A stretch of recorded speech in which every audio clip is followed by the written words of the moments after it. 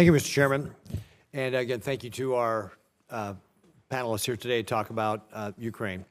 As we discuss Ukraine and we think down the road about rebuilding Ukraine, I think there's an important point to make, which this should not be done solely on the backs of American taxpayers or European taxpayers. Russia began its full-scale war against Ukraine, and there's public reports that more than $300 billion in Russian sovereign assets have been frozen globally, and estimates are the cost to rebuild Ukraine will be about $400 billion. Now, there's a phrase I'm sure you've all heard of before called "you break it, you buy it," and one of the things I'd like to highlight here is Ranking Member Risch's Repo Act that would require Russia to basically pay for the damage they've done.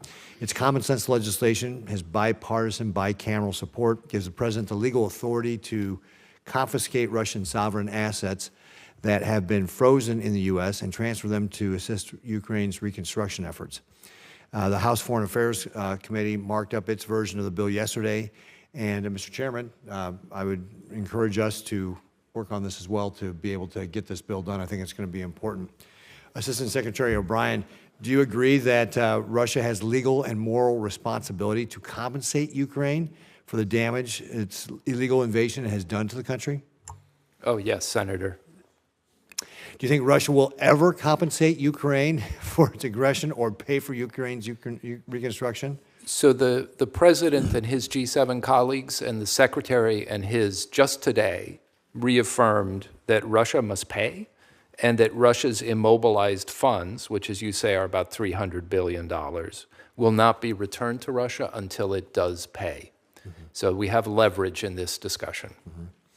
Given that Putin is unlikely then to pay for the damage he's done, and will continue to use Russia's veto power in the UN to block traditional mechanisms for compensation, do you agree that the U.S. and our allies and partners should consider all options to ensure Russia pays rather than the taxpayers in this situation? Yes, Senator. Great. So just, again, want to encourage us to be able to continue to take up this Repo Act. I think it's an important piece of legislation. Also, Assistant Secretary O'Brien, a couple of weeks ago in our Black Sea subcommittee hearing, we discussed the dangers of the People's Republic of China involvement in Ukraine reconstruction. Obviously, this would go against our interests and those of our allies and partners.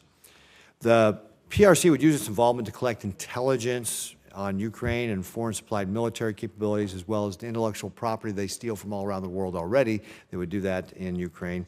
And its track record of spreading corruption and undermining the rule of law will only serve to undermine Ukraine's efforts to be able to fight corruption in their own country. Given the reconstruction efforts will cost at least $400 billion, there's going to be a temptation for the Ukrainians to take money from Beijing.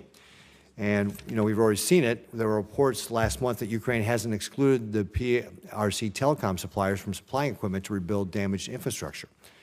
Our country's deputy digital minister, Ukraine's country's deputy digital minister said that the U.S. and our allies had not provided any official proof of security risks associated with the PRC vendors. And as a result, Ukraine would have to give the contracts to the lowest bidder, which could be Huawei or ZTE. A couple weeks ago, you said that you felt confident we would have the Ukraine firmly in our camp where we were comfortable. And ultimately, it's their choice, but that's why we need to stay in the game. And from a financial standpoint, it may be Ukrainians' choice whether they allow the PRC to be part of the reconstruction effort, but it's our choice with regard to U.S. assistance benefiting Beijing. Do you think we should condition U.S. aid to prevent U.S. tax dollars from supporting PRC-owned or controlled entities from providing the reconstruction? Senator, we do.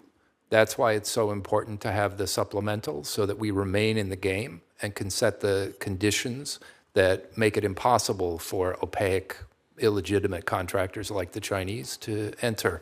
And I know my colleagues can speak at some length about how in energy, telecoms, and other sectors, we do exactly that. But if we're not there, then we can't provide the guarantees you want. Great. And I just want to go back to something that Senator Merkley was talking about earlier as well, with regard to Putin's next steps if he's successful in Ukraine.